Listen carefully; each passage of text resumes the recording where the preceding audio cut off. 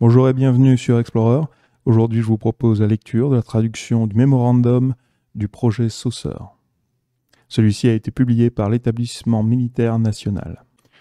Établissement militaire national, Bureau de l'information publique, mémorandum à la presse pour publication immédiate, 27 avril 1949.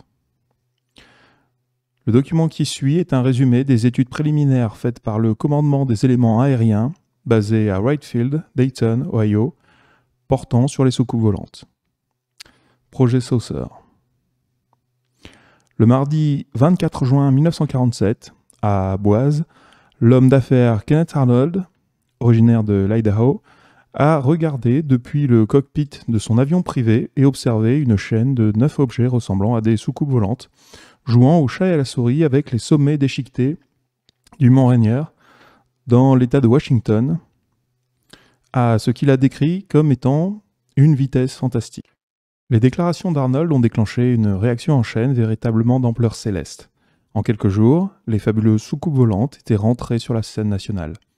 Les observateurs ont rapporté avoir vu voler des formes d'enjoliveurs chromés, des pièces de monnaie, de gouttes d'eau, de lueurs, de cônes et de plats à tarte. Mais pour le renseignement militaire, ce pot pourri céleste a été regroupé sous un seul vocable, celui des phénomènes aériens non identifiés. Des enquêtes exhaustives sur chaque observation ont été menées, et c'est ainsi que le projet Saucer est né.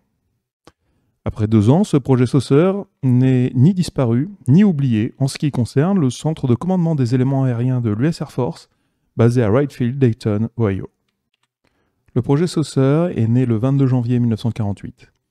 Depuis lors, la division du renseignement technique de l'AMC, chargée de rassembler, enquêter et interpréter toutes données relatives aux objets volants non identifiés, a examiné plus de 240 cas sur le territoire des États-Unis et 30 à l'extérieur.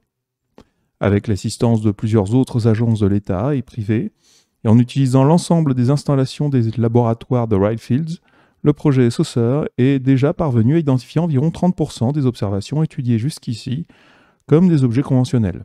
Nous nous attendons à ce que d'autres cas concernant l'emplacement de ballons météo et autres éléments nous permettront de résoudre à peu près le même nombre d'énigmes du ciel. Les solutions ont été et seront tirées de différents facteurs tels que la recherche sur les missiles guidés, les ballons d'études météorologiques et atmosphériques, de phénomènes astronomiques, de vols commerciaux et militaires, de nuées d'oiseaux, de fusées éclairantes, de blagues de mauvais goût, d'illusions d'optique, de phénomènes d'hallucination de masse. Mais aujourd'hui, il y a encore des interrogations sur cette histoire de soucoupe. Bien sûr, la possibilité que quelques-uns de ces incidents reportés au renseignement américain puissent représenter une avancée technologique de loin en avance sur les connaissances connues des ingénieurs américains et scientifiques a été largement approfondie. Mais les observations basées sur l'expérience acquise avec les centrales nucléaires de notre pays nous donnent à penser qu'il est hautement improbable que sur Terre puissent exister des réacteurs assez petits et assez légers pour permettre d'alimenter aucune de ces capricieuses soucoupes. L'autre possibilité évidente, que ces visites proviennent de Mars, Vénus ou d'autres planètes, d'autres systèmes solaires, est aussi considérée comme presque complètement impossible. Pour faire court, alors que les équipes d'évaluation du projet Saucer ont montré qu'aucune preuve définitive et conclusive n'est disponible à l'heure actuelle pour prouver ou réfuter qu'au moins quelques-uns de ces objets inconnus soient de vrais engins volants d'une configuration inconnue et non conventionnelle, les enquêtes très approfondies que nous avons lancées n'ont remonté aucune raison de s'inquiéter. Les questions qui entourent le projet Saucer ne sont pas des questions dangereuses. Comme ne le sont pas les observations anciennes d'objets volants non identifiés. Dans les livres de Charles Ford par Tiffany Fayer, publiés en 1941 par Henry Holt et compagnie, New York, un phénomène similaire a été décrit à différents moments des siècles précédents. Mais nous parlons ici de l'histoire des soucoupes de 1947 à 1949. Qui a vu des soucoupes ? Bien que des signalements épisodiques d'observation d'objets aériens aient remonté jusqu'en janvier 1947, c'est l'incident du Mont Rainier qui a lancé la mode des soucoupes à la fin du mois de juin suivant. Kenneth Arnold, représentant commercial d'un fournisseur de protection contre les incendies à Boise, Idaho, était en route de Chehalis, Washington, à Yakima, Washington, le 24 juin, dans un avion privé. Il a vu le reflet d'un flash brillant sur son aile. Arnold dit qu'il a ensuite fait un tour d'horizon et observé une chaîne de 9 engins particuliers en approche du Mont Rainier. Citation. Je pouvais voir leur forme se détacher du fond de neige alors qu'ils se rapprochaient de la montagne. Ils ont volé très proche du sommet des montagnes, directement de sud à sud-est de la crête, volant comme des oies en une chaîne diagonale, comme s'ils étaient liés ensemble. » Fin de la citation. Arnold observa que les objets étaient plus petits que des DC-4 sur sa gauche, mais il estimait que l'envergure était aussi large que les moteurs les plus éloignés d'un DC-4. Citation. Ils étaient à une distance entre 32 et 40 km de moi, et je ne pouvais pas voir de queue. Je les ai observés pendant 3 minutes. Une chaîne longue d'au moins 8 km de choses ressemblant à des poêles et faisant des embardées entre les pics des montagnes. Ils semblaient plats comme des plats à tarte, et tellement brillants qu'ils réfléchissaient le soleil comme un miroir. Je n'ai jamais rien vu d'aussi rapide. Fin de la citation. Arnold a déclaré qu'il a mesuré les soucoupes se déplacer à près de 2000 km/h. Plus tard, cependant, le laboratoire aéromédical a déclaré qu'un objet se déplaçant aussi vite serait invisible à l'œil nu. L'histoire d'Arnold, quand elle a été diffusée dans les journaux, a surtout été considérée avec de l'amusement et de l'incrédulité. Prenant mal ce qu'il a appelé le ridicule de la presse, Arnold rétorqua « Ils peuvent m'appeler Einstein, Flash Gordon, un farfelu, mais je suis absolument certain de ce que j'ai vu. » Il rajouta que si jamais il voyait à nouveau un phénomène dans le ciel, même si c'était un immeuble de 10 étages volant dans le ciel, il n'en dirait pas un mot à quiconque. Encore aujourd'hui, personne ne sait ce qu'Arnold a vu sur le mont Rainier, mais les objets ont été déterminés comme n'étant pas d'origine astronomique dans un rapport courant soumis récemment au projet Saucer par le professeur Joseph Hynek de l'Université de l'État du Texas, astrophysicien et chef de l'observatoire de l'OSU. Le Dr Hynek travaille sous contrat avec AMC sur une enquête indépendante d'incidents avec des soucoupes volantes pour déterminer quel pourcentage pourrait être attribué avec des phénomènes astronomiques. Dans sa contre-enquête du cas Arnold, cependant, le Dr Hynek a déterminé qu'il y avait certaines incohérences des estimations de taille, de vitesse et de performance de ces soucoupes. Il semble probable, selon Hynek, que, quels que soient les objets observés, ils se déplaçaient en dessous du mur du son et pourraient très bien avoir été des types d'engins connus.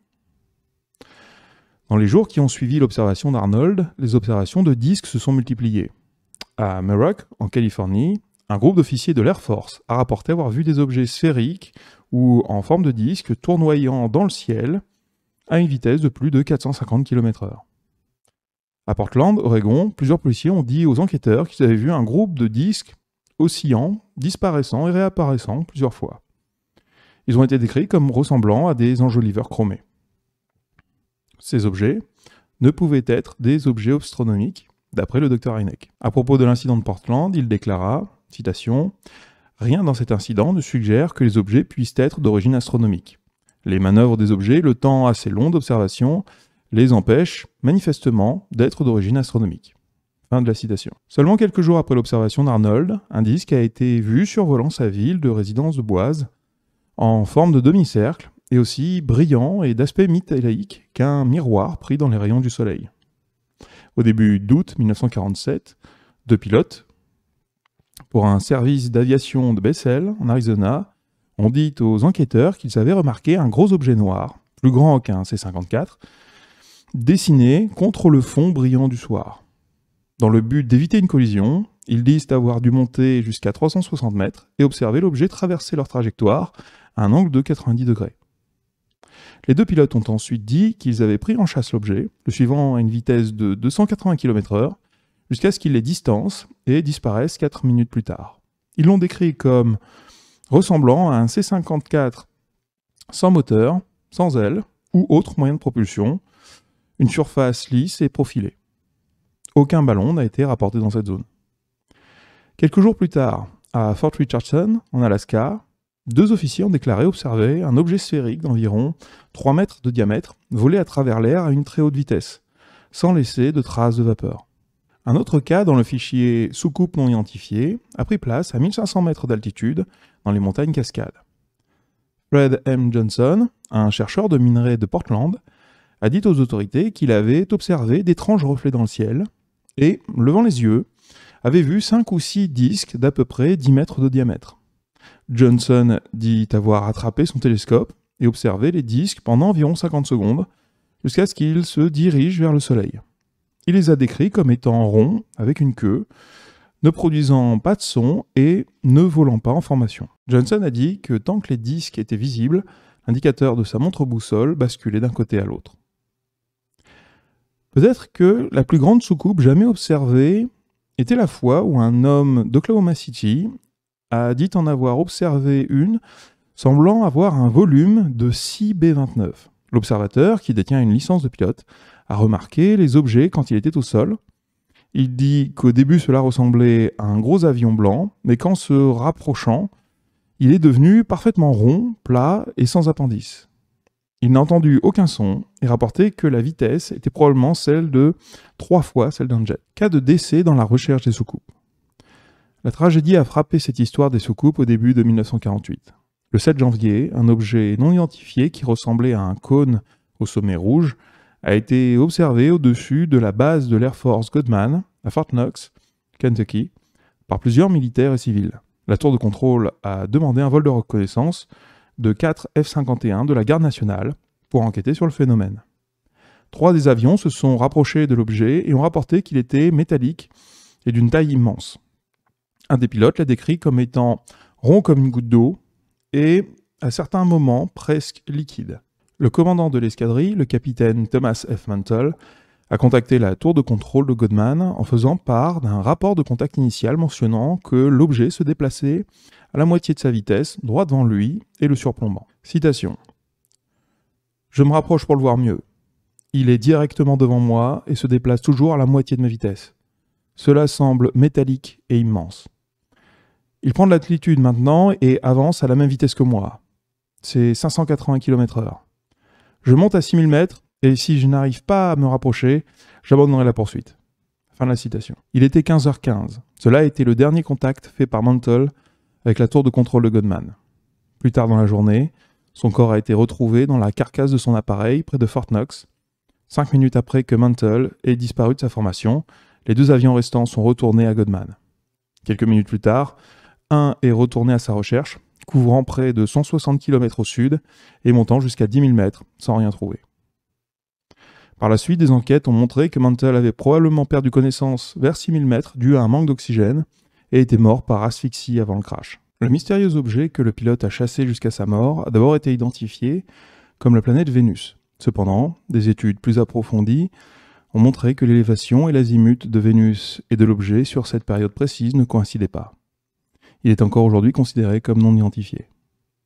Le même jour, 2 heures plus tard, un phénomène aérien a été observé par plusieurs observateurs au-dessus de la base de Lockbourne à Columbus, Ohio. Cela a été décrit comme rond, ovale, plus grand qu'un C-47 et se déplaçant à une vitesse supérieure à 800 km/h. L'objet a été suivi par la tour de contrôle de Lockbourne pendant plus de 20 minutes. Ceux qui l'ont vu ont décrit qu'il brillait d'une lueur allant de blanc à ambre et laissait des traînées ambre derrière lui.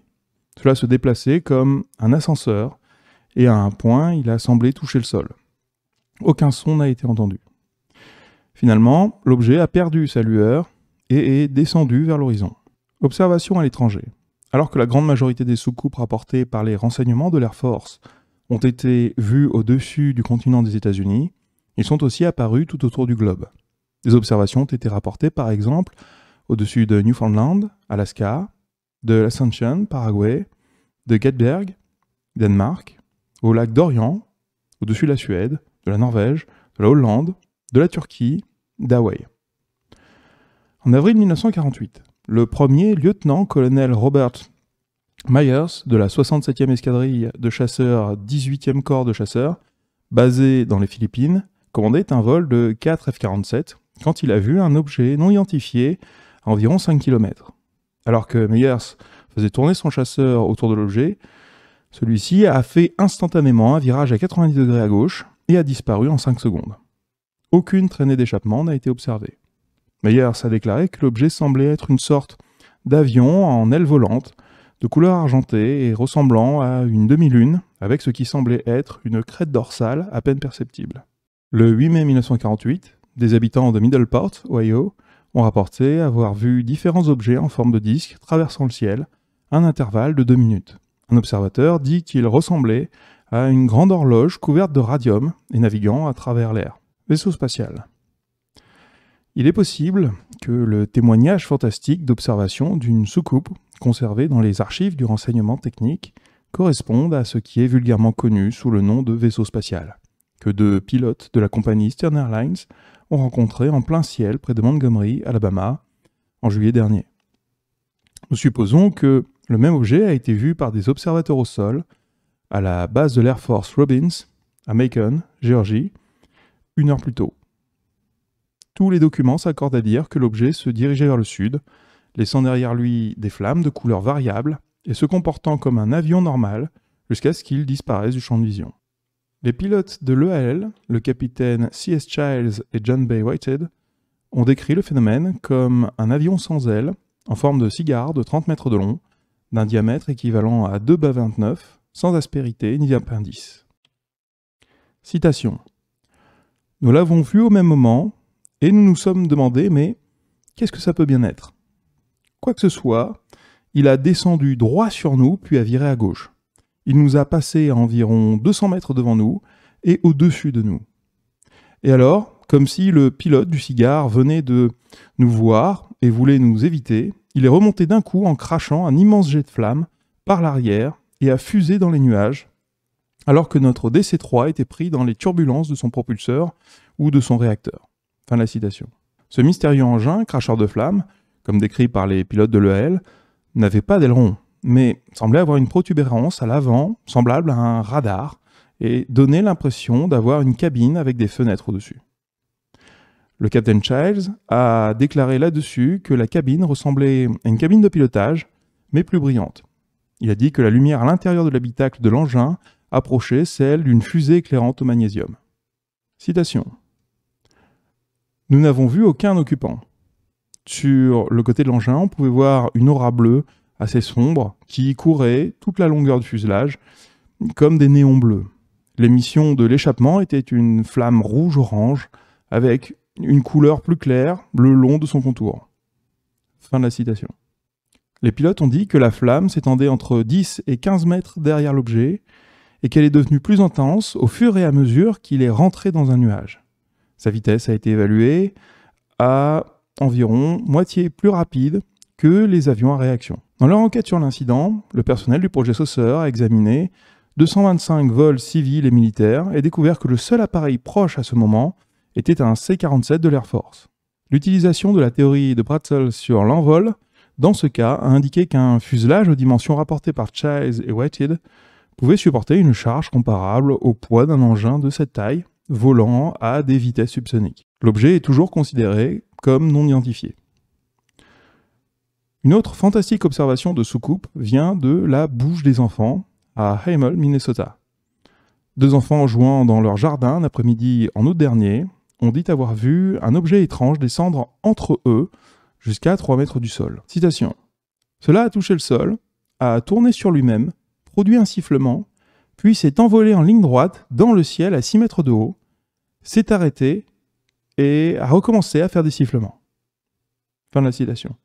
Ils ont dit à leurs parents que l'objet a ensuite foncé jusqu'à 30 mètres, manœuvrant entre les branches et les câbles téléphoniques, puis a accéléré vers le nord-ouest. Ils ont déclaré que le disque faisait 60 cm de large et était de couleur gris terne. Des analyses de sol au niveau d'une dépression où les enfants déclarent que le disque a atterri se sont révélées négatives.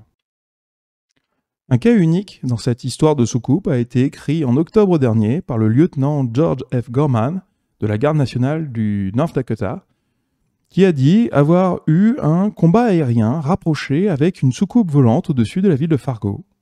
Gorman, un manager d'une entreprise de construction de Fargo, a raconté son histoire à des enquêteurs du projet. Dans la nuit du 1er octobre 1948, il était en train de se préparer à atterrir à l'aéroport de Fargo après une patrouille habituelle aux commandes de son F-51.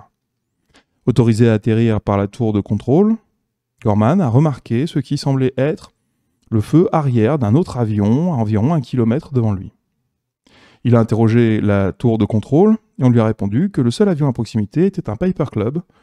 Or, il pouvait voir celui-ci parfaitement dessiné en dessous de lui. Il ne voyait cependant aucun contour autour de la lumière qui continuait à bouger. Gorman s'est rapproché pour examiner cette lumière mystérieuse. Citation. Elle faisait entre 15 et 20 cm de diamètre, d'un blanc pur et complètement ronde, avec une sorte de flou à ses extrémités. Elle clignotait. Alors que je me suis rapproché, la lumière est devenue constante et a fait un virage serré à gauche. Je pensais qu'elle allait survoler la tour de contrôle. J'ai plongé à sa poursuite et j'ai amené mon régulateur de pression à 150 cm, mais je n'ai pas pu la rattraper. J'ai recommencé à gagner en altitude et refait un virage à gauche. J'ai mis mon F51 dans un virage serré pour essayer de couper la route à la lumière. À ce moment, nous étions à 200 mètres d'altitude. D'un coup, elle a fait un virage à droite, se dirigeant droit vers moi. Alors que nous allions nous heurter, je pense que j'ai pris peur. J'ai plongé, la lumière est passée juste au-dessus de mon cockpit, environ 150 mètres. Ensuite, elle a fait un cercle vers la gauche, me surplombant à 300 mètres, et je suis retourné la prendre en chasse. Gorman dit ensuite avoir recommencé sa manœuvre, en essayant de couper la route à la lumière, et que là aussi, la lumière est venue à sa rencontre. Cette fois-ci, c'est l'objet qui est monté à la verticale pour l'éviter, au moment où la collision était imminente. Gorman est monté à sa poursuite, jusqu'à 420 mètres, quand son avion a commencé à décrocher par manque de puissance. Pendant ce combat aérien, Gorman a remarqué n'avoir eu aucun problème d'instrument, n'avoir entendu aucun son, vu aucune traînée ou senti aucune odeur provenant de l'échappement de l'engin. Sa vitesse pour lui était trop importante. Selon les moments de la chasse, le F-151 lancé à pleine puissance avait eu une vitesse de 480 à 640 km/h. Tout compris, la lumière a été observée pendant plus de 27 minutes. Gorman l'a décrite comme possédant une profondeur, bien qu'elle apparaisse plate. Cette lumière mystérieuse a aussi été vue par L.D. Jensen, le contrôleur du trafic aérien de Fargo, qui l'a observée avec l'aide d'une paire de jumelles. Il a dit être incapable de distinguer aucune forme ou contour, à part ce qui semblait être une lumière arrière d'un avion très rapide. Dans un rapport sous serment, Gorman, qui était pilote instructeur pour les pilotes militaires français pendant la Deuxième Guerre mondiale, a dit être convaincu que les manœuvres montraient une pensée volontaire. Citation. « Je suis aussi convaincu que l'objet était soumis à l'inertie, car son accélération était rapide mais pas immédiate. Et bien qu'il soit capable de virer assez serré à haute vitesse, il suivait une trajectoire naturelle. » Fin de la citation. L'objet pouvait virer plus serré et plus vite que le F-51, et était capable de grimper à un angle et une vitesse bien au-delà de ce dont était capable le chasseur de l'Air Force. Citation. « Quand j'ai essayé de virer avec l'objet, j'ai perdu connaissance à cause de l'excès de vitesse. Je suis en bonne condition physique, et je ne pense pas que beaucoup de pilotes puissent encaisser le degré et la vitesse qu'a subi la lumière en restant conscient. » Fin de la citation. D'un point de vue psychologique, l'incident de Gorman pose la question. Est-il possible qu'un objet sans forme aéronautique au contour connu puisse se déplacer à une vitesse changeante et en manœuvrant intelligemment? Les observations de soucoupe ont débordé jusqu'en 1949. Le jour du nouvel an de cette année, le couple Rush de Jackson, Mississippi, était en train d'atterrir à l'aéroport Dixie de Jackson, dans un Stinson, quand ils ont observé un objet volant non identifié qu'ils ont d'abord décrit comme étant en forme de cigare, avec de courtes et épaisses ailes ressemblant à une fusée. Le couple, plus tard, changea sa description en un engin sans ailes. Ils ont rapporté qu'il faisait environ 20 mètres de long pour 3 mètres de large, avec une des extrémités s'affinant en un bord d'1,20 m. Il est passé à 150 mètres devant eux, puis il a pivoté vers le sud-ouest, accélérant à une vitesse de 320 km/h à 800 km/h, avant de sortir de leur champ de vision. Monsieur Rush est un ancien pilote de l'Air Force. Lui, aussi bien que son épouse, dispose de leur licence de vol. Origine astronomique. Les études préliminaires de plus de 240 cas américains et 30 cas étrangers menés par l'astrophysicien Hynek montrent qu'environ 30% de ces cas peuvent être expliqués de façon satisfaisante par des phénomènes astronomiques. Par exemple, le 18 février 1948, dans une terrible explosion, haut dans le ciel au-dessus du nord du Kansas a fait trembler des immeubles, casser des vitres et terrifier les habitants sur un grand secteur du Kansas, du Nebraska et de l'Oklahoma. Des contes fantastiques ont été associés avec le phénomène. À Stockton, Kansas, un fermier a reporté que peu avant l'explosion, il a vu une étrange soucoupe flottant au-dessus de sa maison. Il a dit que quand il s'en est approché à moins de 2 mètres, l'objet s'est arrêté presque au niveau de sa figure et qu'il a oscillé un instant avec des langues de feu jaillissant puis réaspirées à l'intérieur. Le fermier a décrit l'objet comme étant d'à peu près 1,20 m et ressemblant à une forme d'entonnoir. Soudain, des étincelles ont ruisselé de l'engin et les flammes ont augmenté comme si une mèche avait été allumée. Citation. Ça s'est envolé vers le nord-ouest très vite, gagnant en altitude au fur et à mesure. Ma femme est sortie et l'a vue s'envoler en laissant derrière elle une traînée de fumée. Soudain, un grand nuage de fumée est apparu dans le ciel et quelques secondes après, nous avons entendu une terrible explosion. Je pouvais sentir la chaleur du sol, là où l'engin s'était rapproché. De nombreux habitants du secteur ont observé des flashs de lumière et entendu l'explosion. L'objet laissa un peu de fumée bleuâtre, s'étendant sur une grande part du ciel. Même si le phénomène a d'abord été considéré comme une boule de feu, le mystère est resté autour de l'histoire de soucoupe, jusqu'à ce qu'une preuve définitive soit découverte en avril. Oscar Manning, un astronome du Texas, a rapporté que des météorites avaient été récupérés, y compris un morceau de 55 kg découvert enfoui à 60 cm de profondeur. Il s'agissait d'une achondrite, un terme technique pour un type de météorite rocheuse inhabituelle. Le même jour que Kenneth Arnold a vu les soucoupes du mont Rainier, le lieutenant-gouverneur Donald S. Whitehead de l'Idaho a dit avoir vu un objet en forme de comète suspendu, immobile, dans le ciel de l'ouest de l'Idaho, qui sembla, après un moment, disparaître derrière l'horizon par la rotation de la Terre. Dans un rapport récent, le Dr Hynek a déclaré qu'il était probable que ce que le lieutenant-gouverneur Whitehead a observé soit la planète Saturne ou Mercure. Une planète brillante, dont la lumière, traversant des cirrus, pourrait donner l'impression d'être un objet ressemblant à une comète. Le 20 juillet 1947, des observateurs de la côte de Newfoundland ont observé une série de flashs rouges dans le ciel, bien que l'objet desquels ils proviennent ne soit pas visible. Le Dr Hynek déclare dans son rapport qu'il ne s'agit probablement que de boules de feu. Tôt dans la mode des soucoupes, au milieu de juillet 1947, la récupération d'un disque volant a excité les habitants de la ville de Jackson, Ohio. Plus tard, la soucoupe sera identifiée comme un transmetteur radiosonde du corps de communication de l'armée américaine, utilisé pour récupérer des données météorologiques. Ballons. Plusieurs ballons météo et de recherche scientifique ont été découverts comme source d'un grand nombre d'incidents de soucoupe. Un des plus surprenants s'est produit en novembre dernier à Camp Springs, Maryland. Un avion a observé un objet illuminé par une lueur blanche continue en train de voler en cercle d'ouest en est au-dessus de la base de l'Air Force d'Andrews. Alors que le pilote a fait un passage pour voir de plus près l'objet, il a déclaré que celui-ci a essayé de l'éviter. Il a alors éteint ses lumières de signalisation et, alors qu'il avait recommencé à s'approcher, la soucoupe monta et passa au-dessus de son avion. Il a déclaré que la vitesse du ballon était, selon le moment, entre 130 et 800 ou 950 km/h. Le pilote a dit qu'il ressemblait à une balle oblongue avec une lumière et sans aile ni flamme d'échappement visible. Plus petit qu'un avion T-6, cette soucoupe a été rapportée comme étant hautement manœuvrable et capable d'élévation quasiment verticale. Le mystère s'est levé quand l'objet a été identifié comme un groupe de ballons d'études de rayons cosmiques. Le 8 avril 1948, plusieurs témoins ont rapporté avoir vu un objet décrit soit comme une trace argentée oblongue, soit comme un large cylindre ressemblant à de la nacre opalescente, soit comme un cylindre vaporeux, soit comme une sphère blanche, par les observateurs au sol d'Ashley et de Delaware, dans l'État d'Ohio. À Delaware, l'aéroport et l'observatoire Perkins furent alertés, mais les deux furent incapables de les voir.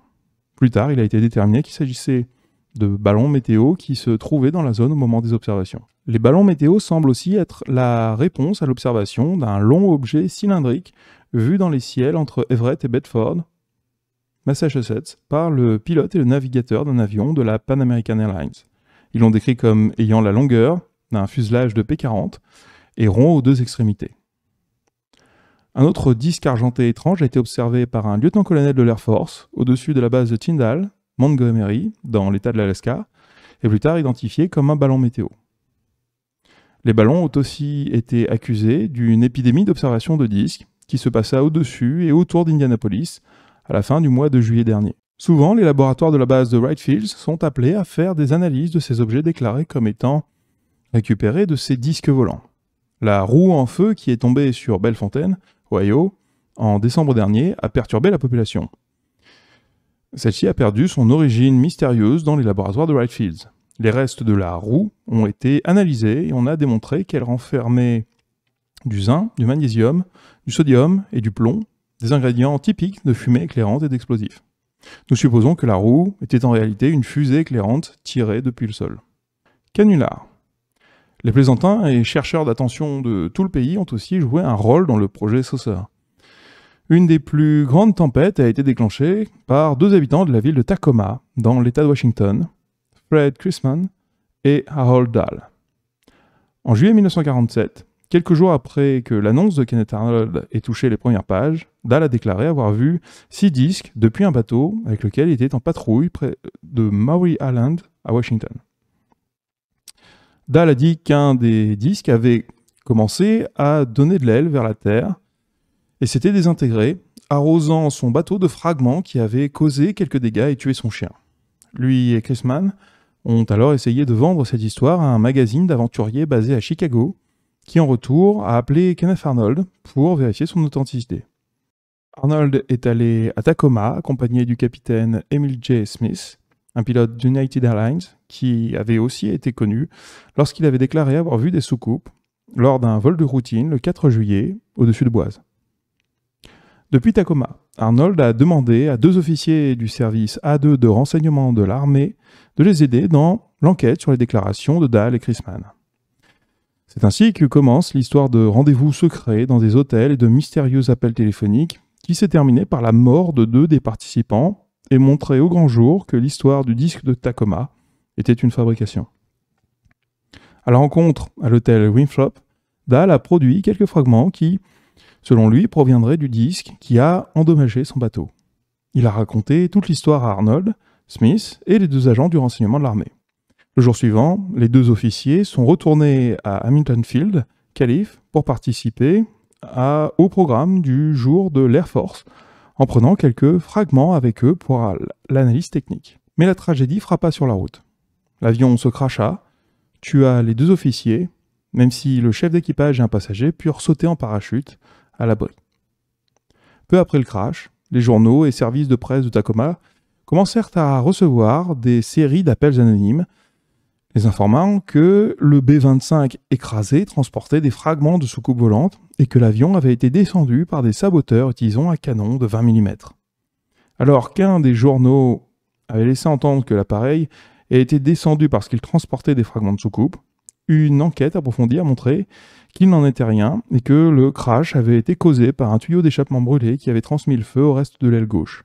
L'aile en feu s'était alors détachée du fuselage et arraché la queue de l'appareil. Le jour du crash, Chrisman et Dahl prirent le capitaine Smith avec eux pour voir le bateau qui, selon eux, avait été endommagé par les débris du disque en train de tomber. Citation. « J'ai vu ce qui aurait pu être des réparations sur le pare-brise et les lumières, mais personnellement, je n'étais pas convaincu que cela provenait de l'incident qu'ils avaient déclaré. » Fin de citation. Plus tard, sous interrogatoire, Chrisman et Dahl cédèrent et ont admis que les fragments qu'ils ont produits étaient réellement des formations rocheuses trouvées sur l'île Maury et n'avaient pas de connexion avec les disques volants. Ils avouèrent avoir dit au magazine de Chicago que les fragments pouvaient être des débris des disques pour augmenter la valeur de leur histoire. Pendant l'enquête, l'épouse de Dahl a essayé de convaincre celui-ci d'avouer que toute l'affaire était une arnaque et c'est ainsi qu'elle est considérée dans les fichiers du projet Saucer. Juillet 1947 a été un mois particulièrement remarquable pour les plaisantins. À Seattle, dans l'État de Washington, une femme a reporté avec empressement à la police qu'un disque volant en feu s'était posé sur son toit. L'objet, qui fut rapidement éteint, fut délivré aux agents fédéraux examinés par le département de la Navy chargé des bombes et appareils électroniques. Il est constitué d'un morceau circulaire de 70 cm de contreplaqué, courbé sur 2 côtés et tenu en position par un fil tendu par le centre. Les lettres USSR et EYR, ainsi qu'un marteau et une faucille, ont été peints sur le disque en blanc. 2 tubes radio et un bidon cylindrique d'huile ont été montés sur des morceaux de bakélite dans l'objet, et un tissu imbibé d'une substance proche de la térébenthine et complètement calciné était attaché. La conclusion finale était qu'en effet il s'agissait de l'action de plaisantin. La population de Shreveport a aussi eu sa part d'excitation sur les soucoupes volantes quand un habitant a dit voir une soucoupe tourner dans l'air, émettant de la fumée et du feu, et se poser sur une artère de la ville. Une enquête de la police a cependant montré que la soucoupe était le travail d'un plaisantin qui avait lancé la soucoupe depuis le sommet d'un bâtiment pour faire une plaisanterie à son patron. Cette soucoupe utilisait le starter d'une lampe fluorescente et 2 ventilateurs électriques de condensateur. Un disque volant devint important dans la ville de Black River Falls, Wisconsin, où celui qui l'a découvert demandait 50 centimes pour pouvoir aller la voir, jusqu'à ce que la police locale intervienne et l'enferme dans le coffre d'une banque. L'engin, fabriqué en contreplaqué et en carton, avait supposément été vu en vol près de la ville, peu avant qu'un électricien dit l'avoir trouvé dans l'herbe du parc des fêtes foraines. Après analyse à Mitchellfield, le rapport suivant fut délivré. Cet engin est à l'évidence un faux. Il sera conservé un moment avant d'être évacué dans le récupérateur de cendres le plus proche. D'autres rapports de disques retrouvés au sol ont été aussi déterminés comme étant des faux. D'habitude, il s'agissait d'arnaques très mal faites. L'analyse des pièces d'une soucoupe crachée au sol dans le champ d'un fermier à Danforth, Illinois, et qui aurait brûlé les herbes en une fine cendre, ont montré la présence de fragments de plâtre de Paris, de parties d'un vieux diaphragme de speaker, d'un tube de bakélite entouré de fils de cuivre, d'une boîte métallique, des restes d'un condensateur électrique fabriqué à New York et des vestiges d'un cercle magnétique métallique. De tels éléments sont faits certaines soucoupes. Des lettres faisant part de certaines opinions sur l'origine des soucoupes et des conseils sur comment traiter ce sujet ont été reçus en grand nombre au quartier général du projet Saucer. Un homme de Los Angeles a envoyé un télégramme au général en chef de l'Air Force conseillant de descendre les soucoupes, disques, pigeons d'argile et baignoires si elles sont d'origine étrangère et non américaine. Une femme de l'Oregon a reporté avoir vu une série de soucoupes former les lettres du mot Pepsi et a proposé que des forces étrangères s'entraînaient à écrire en code dans nos ciels. Une autre lettre suggérait que la peur des soucoupes soit en fait une entreprise planétaire de cartographie faite par un gouvernement mondial de l'empire des opprimés, des soumis de la Terre, et menée par les 3 anciens, ceux qui ont été, ceux qui sont et ceux qui seront. Comment mène-t-on l'enquête sur ces incidents ? Les canulars et les lettres de Fagnetti, en réalité, ne sont qu'une petite partie du projet Saucer.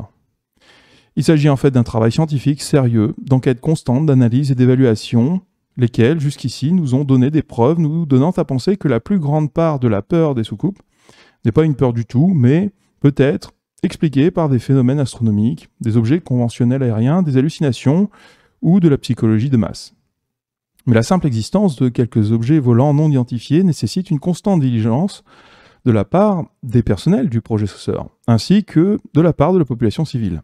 L'enquête sur le phénomène se développe considérablement plus vite quand les observateurs rapportent les incidents dès que possible aux installations militaires les plus proches ou au quartier général de l'AMC. Quand un incident remonte au personnel du projet Saucer, il est enquêté en premier lieu par les agences de renseignement à proximité de l'observation, généralement une base de l'Air Force, le FBI ou la police. Dans certains cas, le personnel de la division du renseignement technique de l'AMC a pris l'avion pour aller voir la scène eux-mêmes et mener les interrogatoires sur place. Un questionnaire standard est rempli par l'observateur sous les conseils des enquêteurs et toute information supplémentaire disponible est récupérée par les enquêteurs. Des questions standards sont adressées simplement et formulées de façon à ce qu'elles puissent être répondues avec une précision raisonnable, même par les observateurs les moins expérimentés. Dans chaque cas, l'heure, l'emplacement, la taille et la forme de l'objet, l'altitude approximative, la vitesse, les manœuvres, la couleur, la durée d'observation, le son, etc. sont toutes notées. Cette information est ensuite envoyée entièrement transmise avec tout fragment, échantillon de sol, photographie, dessin, jugé pertinent au quartier général de l'AMC. Là, des équipes hautement entraînées prennent le relais.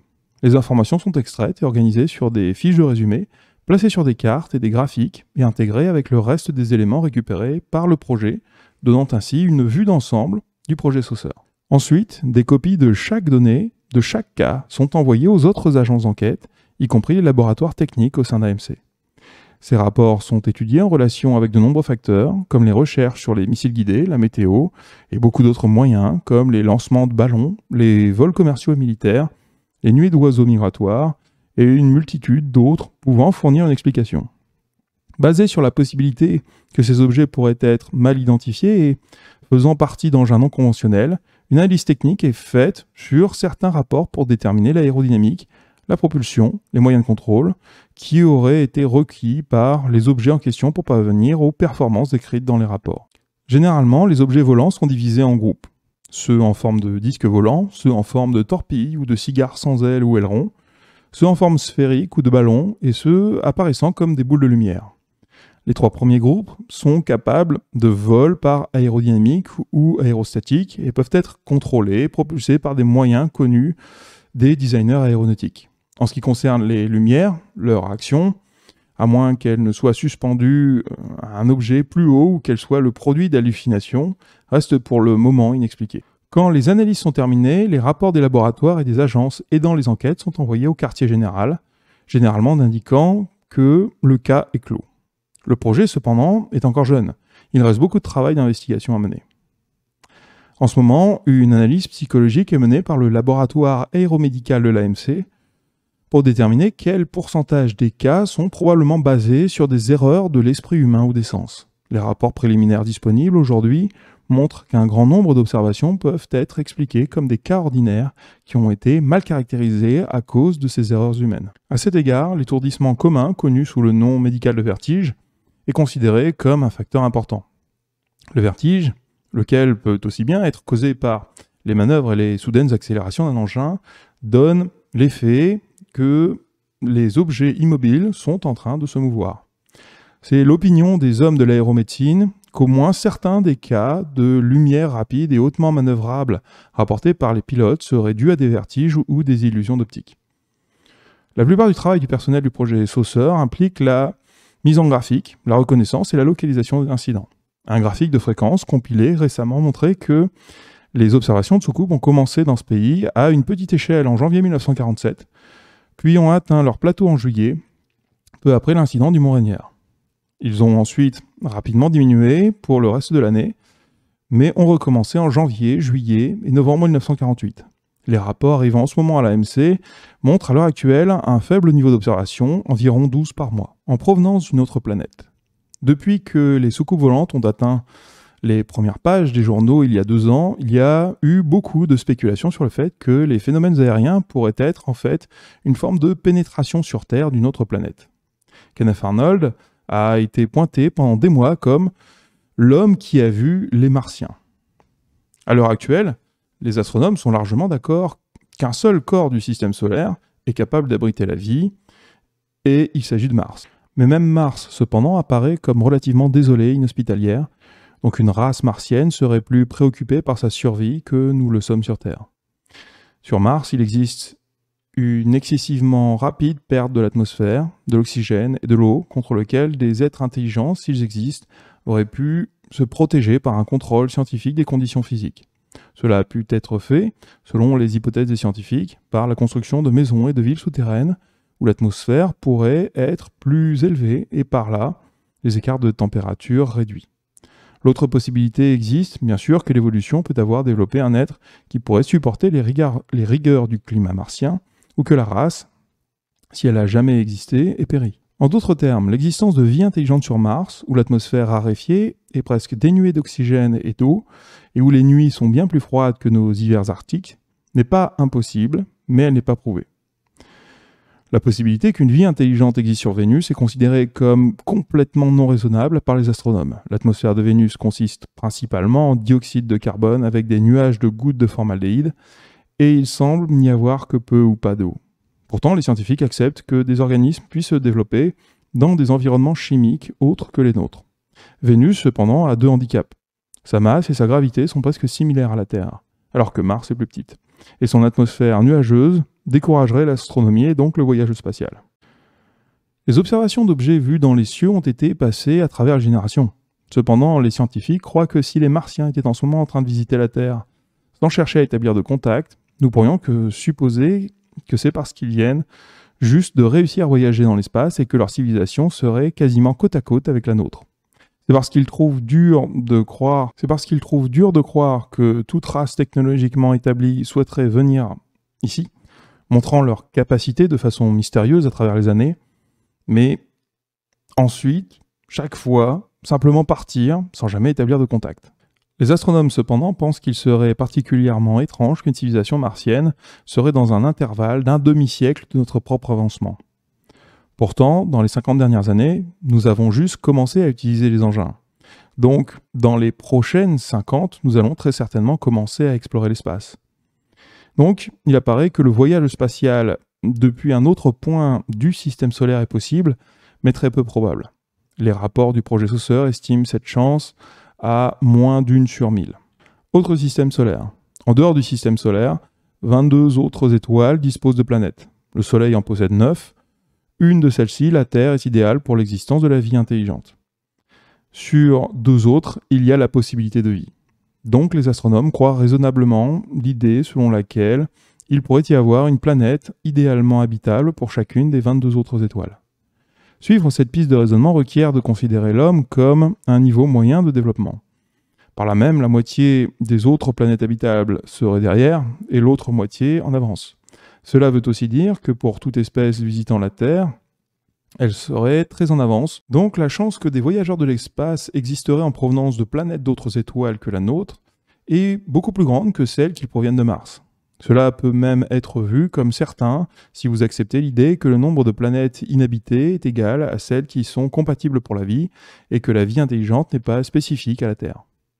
De l'autre côté, la possibilité que les visiteurs de l'espace viennent de Mars est vraiment faible en fait. Il n'y a qu'une seule barrière à un voyage d'une planète si distante à la Terre, mais c'est une barrière titanesque. L'étoile éligible la plus proche est appelée Wolf 359. Elle est à 8 années-lumière.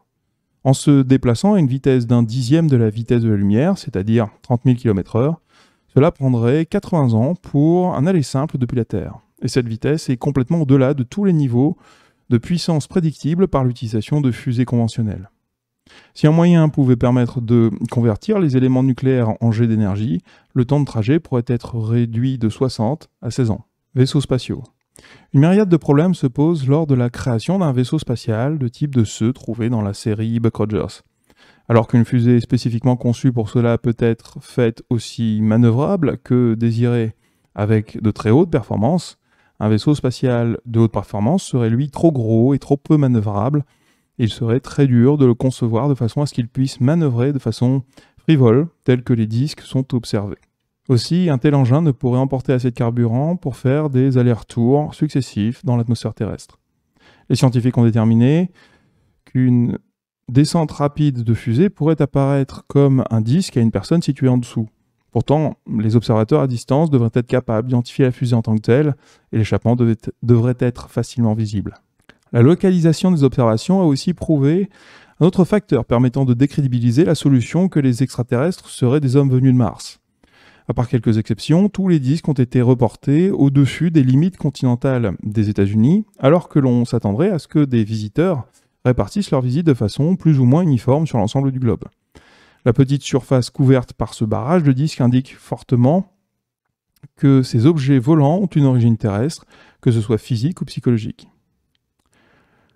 Donc, bien que les visites d'outre-espace sont pensées possibles, elles sont vues comme hautement improbables. En particulier, des rapports détaillés basés sur l'étude de cas individuels et la vue d'ensemble qu'a permis de montrer le projet Saucer indiquent que les actions attribuées aux objets volants durant ces 2 dernières années ne correspondent pas à ce qui est attendu pour voyager dans l'espace.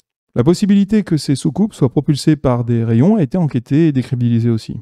Par rayons, nous entendons que ce soit des radiations purement électromagnétiques ou autres, lesquelles sont globalement corpusculaires comme des rayons cathodiques, cosmiques ou des faisceaux de cyclotrons. Tout engin se déplaçant ainsi devrait être fondamentalement équipé d'un dispositif à réaction. La théorie de base de ce dispositif est qu'à tout niveau d'énergie, la façon la plus efficace de l'utiliser est de dépenser le momentum vers l'arrière ou le bas. Cela veut dire qu'une grande masse doit avoir une faible accélération, un théorème bien connu des concepteurs d'hélicoptères.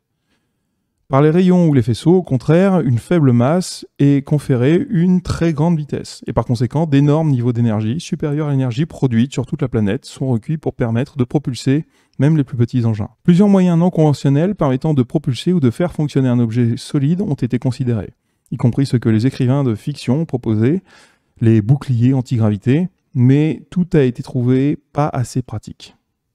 Cela, de l'avis des enquêteurs scientifiques, tente à démontrer que les objets volants non identifiés sont alimentés et propulsés par un moyen conventionnel ou qu'ils ne sont pas solides. La possibilité que les sous-coupes soient des appareils étrangers a aussi été considérée. Mais les performances observées par les disques sont tellement supérieures à tout ce dont nous disposons dans ce pays que cette hypothèse nécessiterait une découverte accidentelle d'un degré de nouveauté jamais vu auparavant. La possibilité d'existence d'un animal extraterrestre étrange a aussi été étudiée car beaucoup d'objets se comportent comme des animaux bien plus que toute autre chose. Cependant, il n'y a que peu de rapports sur des animaux extraterrestres. Toutes les informations présentées précédemment dans le projet Soucoupe sur la possibilité de l'existence de vaisseaux spatiaux provenant d'autres planètes ou d'engins propulsés par un type de propulsion par centrale nucléaire n'ont été en grande partie que des conjectures. Pour résumer, il n'existe aucune preuve définitive pour le moment permettant de prouver le fait ou l'impossibilité qu'une part des objets non identifiés soient de vrais engins d'origine inconnue ou de configuration non conventionnelle. Beaucoup d'observations par des témoins qualifiés et apparemment de confiance ont été rapportées. Cependant, chaque cas a des composantes le rendant difficile à être exploité, telles que le faible temps d'observation, la grande distance de l'observateur, le manque de précision de la description ou des photographies, les différences entre les différents observateurs, le manque de données descriptives, etc. En ce qui concerne la supériorité aérodynamique des phénomènes de disque, la plateforme de forme circulaire n'a pas été utilisée par aucun engin de série, que ce soit militaire ou civil, à cause de sa trop haute résistance à l'air. Des objets en forme de ballon ou de sphère ne sont pas considérés généralement comme des engins efficaces. La résistance est grande et l'énergie dépensée pour développer la portance par des moyens aérodynamiques est trop importante. L'explication pour la plupart de ces engins est, comme on l'a mentionné, qu'ils sont des ballons météorologiques ou d'autres types. Cela, cependant, ne permet pas d'expliquer les rapports que les objets se déplacent à haute vitesse ou manœuvrent rapidement.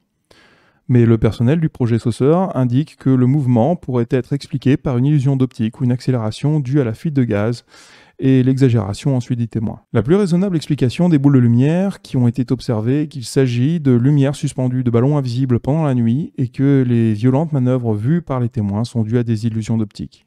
Il y a de très nombreuses explications possibles pour les très nombreux types de rapports différents vus par les témoins. Beaucoup des phénomènes aériens ont été identifiés. Cependant, il reste encore du travail à faire d'identification sur le pourcentage restant, et cela est toujours le travail du projet Saucer. Les soucoupes ne sont pas une plaisanterie, et elles ne sont pas non plus une raison d'alarmer la population. Beaucoup des cas ont de nombreuses réponses, météores, ballons, étoiles filantes, vol d'oiseaux, tests de dispositifs, mais certains restent des points d'interrogation. C'est la mission du projet Saucer, de la division du renseignement technique de l'AMC, de fournir les points finaux. Fin de la traduction. Ce mémorandum publié en 1949 a été organisé sous la direction du général de l'Air Force Nathan Farragut Twining.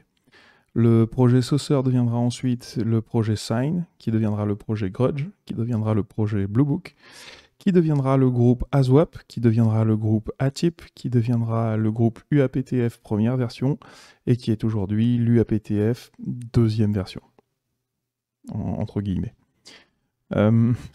Donc on est devant ici le projet qui était à l'embryon de la recherche scientifique militaire sur les phénomènes aériens non identifiés. Et ça m'intéressait beaucoup de vous en faire la traduction parce que il est extrêmement contemporain. C'est-à-dire que je pense que dans le contenu de ce rapport, vous avez compris qu'il aurait pu être écrit aujourd'hui, à part 2-3 éléments sur lesquels je vais revenir. Mais par exemple, je me souviens qu'il y a une quinzaine d'années, la recherche sur les exoplanètes débutait. Et dans ce rapport écrit en 1949, ils avaient déjà estimé qu'il y avait des planètes sur les systèmes solaires tout autour de nous, que ces planètes étaient habitables. Et c'était déjà l'avis des scientifiques à l'époque. Donc on peut se demander ce qui s'est passé au niveau des sciences pour qu'il y ait eu des freins, je pense, sociologiques qui aient été mis en place pour ralentir la recherche à ce point-là, étant donné que les militaires avaient déjà leur idée dessus. C'est assez intéressant de voir que les militaires étaient plus en avance que les scientifiques sur pas mal de points. Alors je vais revenir point par point sur les différents éléments qui moins m'intéressent à l'intérieur de ce rapport.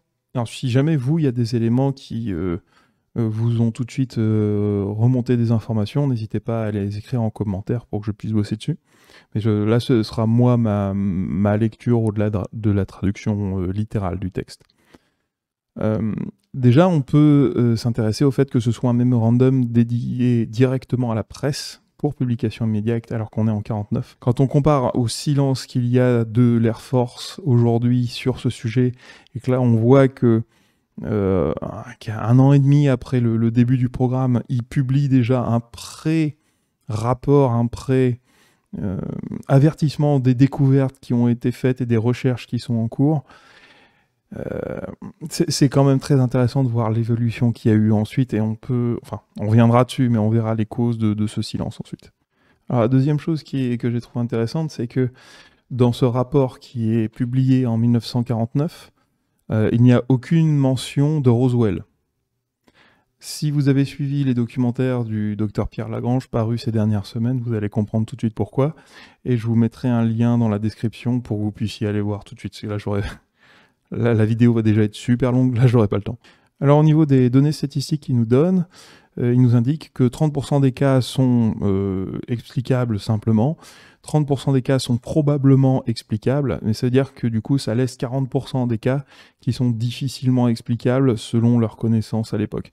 Même si on rajoute les connaissances que nous on aurait pu développer depuis lors sur des cas météorologiques un peu plus rares, on voit qu'il y a une énorme quantité de cas qui n'ont pas été expliqués. Concernant les différents cas qui sont montrés comme exemples, c'est quelques-uns de tous les exemples dont il disposait. Ce qui m'a étonné le plus, c'est que aujourd'hui les rapports sur des flammes ont quasiment complètement disparu. Là, on voit que dans quasiment la moitié des cas, il y a des flammes qui sont vues comme s'il y avait des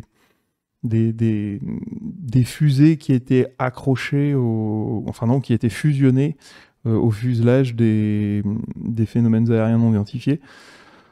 On pourrait se poser la question, et on reviendra dessus dans d'autres vidéos, de comment est-ce que des objets pourraient développer des technologies passant de aucune fusée à montrer des fusées très très puissantes sur un temps de 70 ans, alors que ces objets sont déjà constatés sur place. Comment est-ce qu'on replace cette progression technologique alors que dès le départ, on voit que cette technologie, elle est déjà dépassée?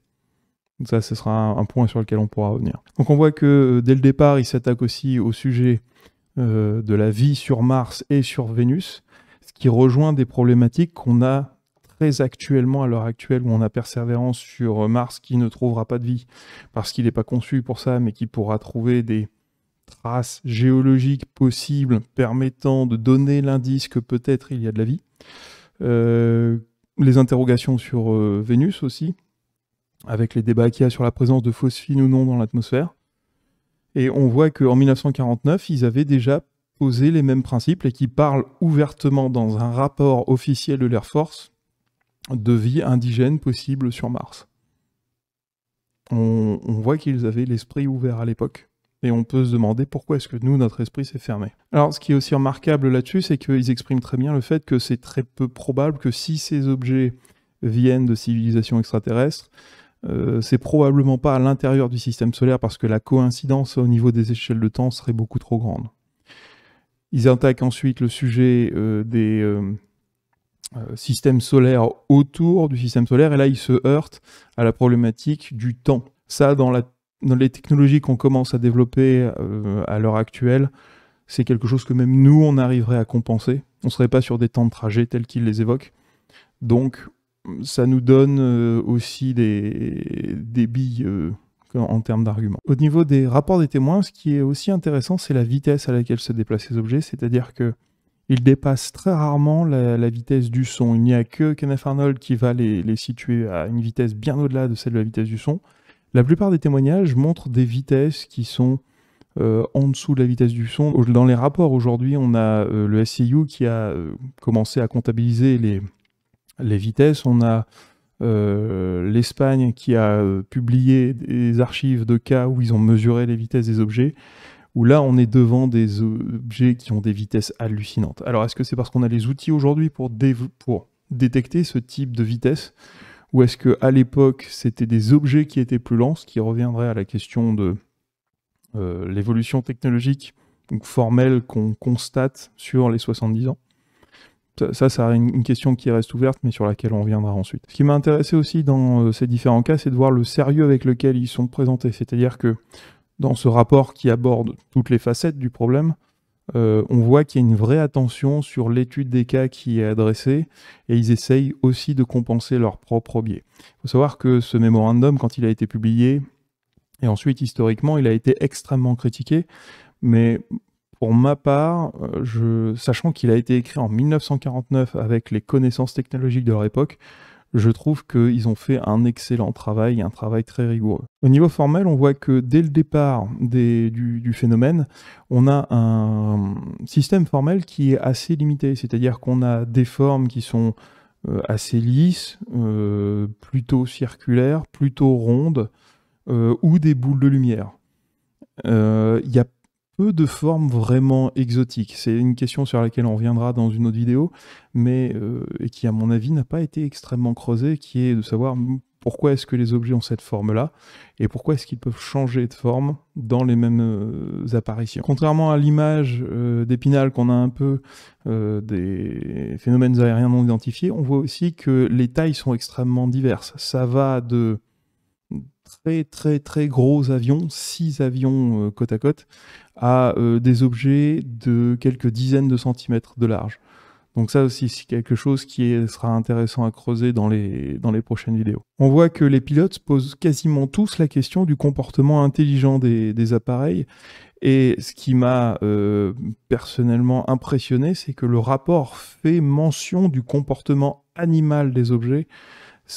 Et on est en 1949 et ils ont réussi à détecter ça. C'est là aussi où moi, là franchement, j'apprécie le boulot qu'ils ont fait. On voit qu'ils se sont investis.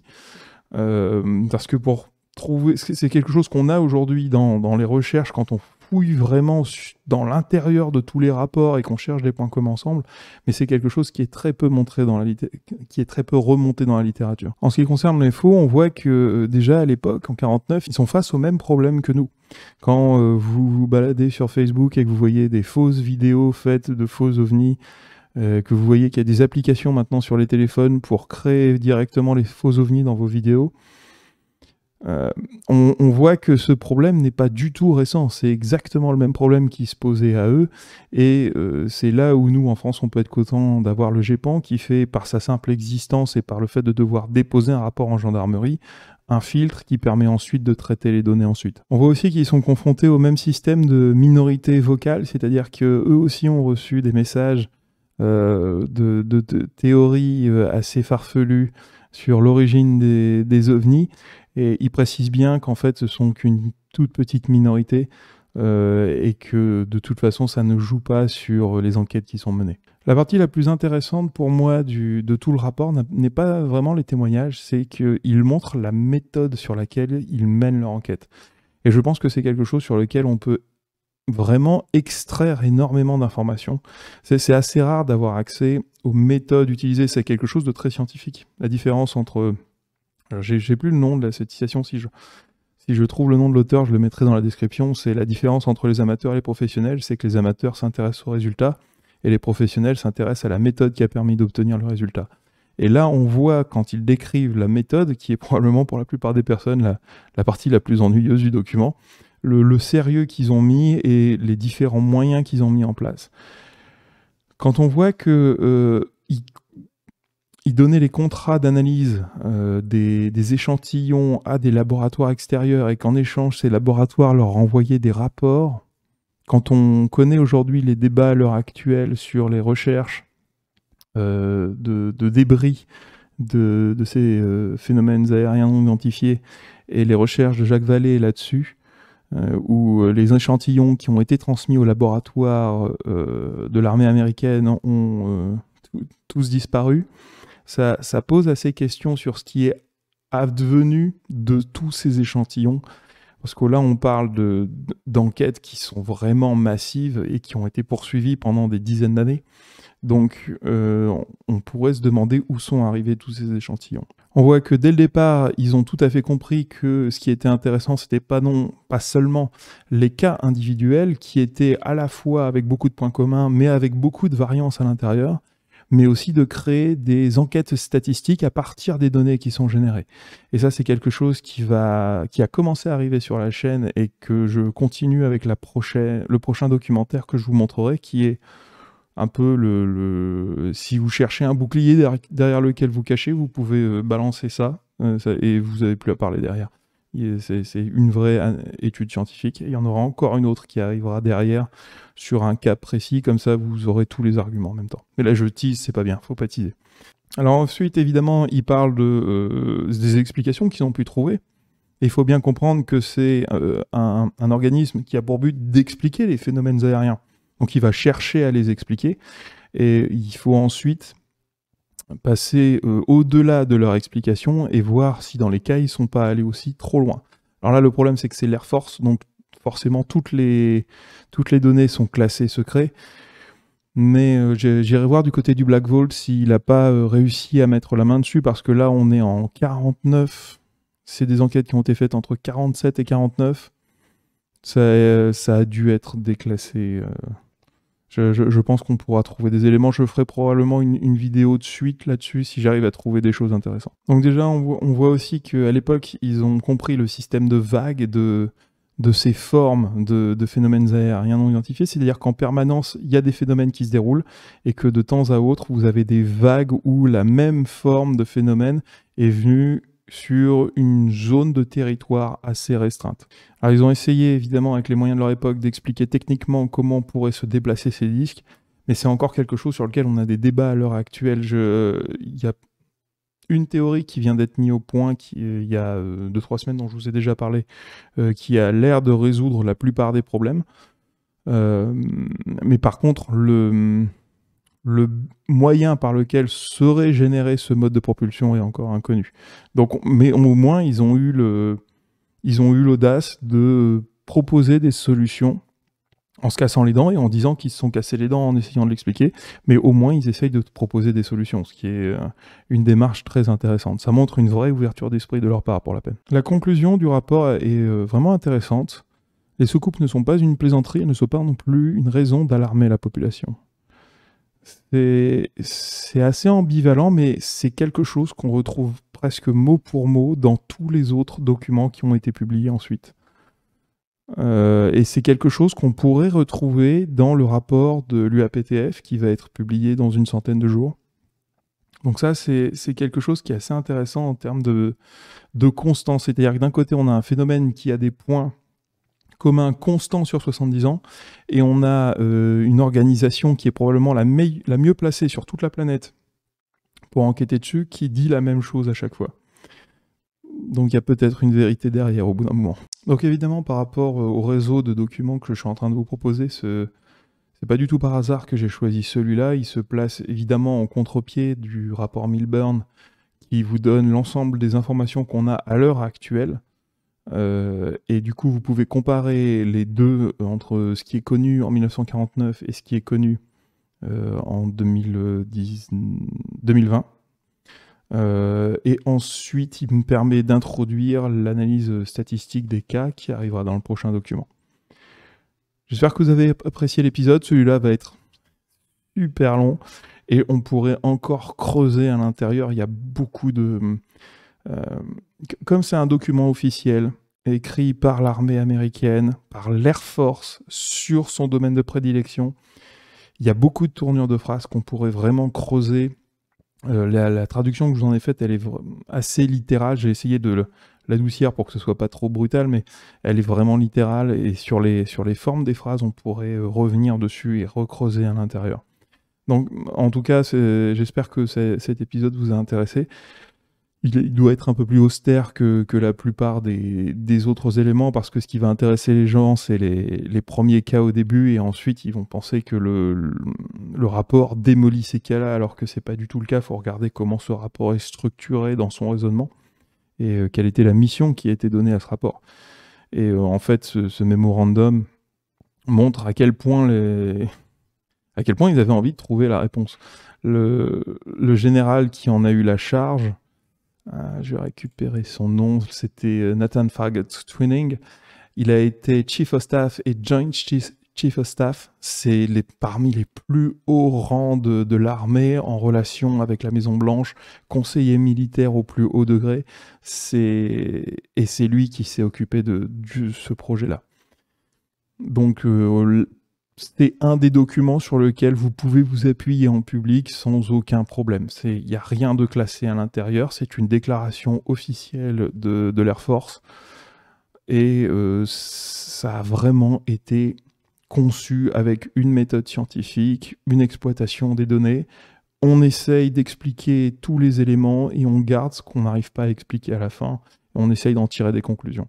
Et c'est ce qui est, à mon avis, la meilleure façon de faire. Merci à tous. Si vous avez tenu jusqu'à la fin, bravo. Je sais qu'il y a une partie d'entre vous qui adore ces documents-là parce que je vois que c'est toujours la même bande de personnes qui est présente à la fin dans les statistiques. Et c'est pour vous que je fais ces vidéos-là. Passez une bonne soirée, passez une bonne journée si vous êtes le matin, si vous êtes dans les transports en commun, bon courage et au prochain épisode.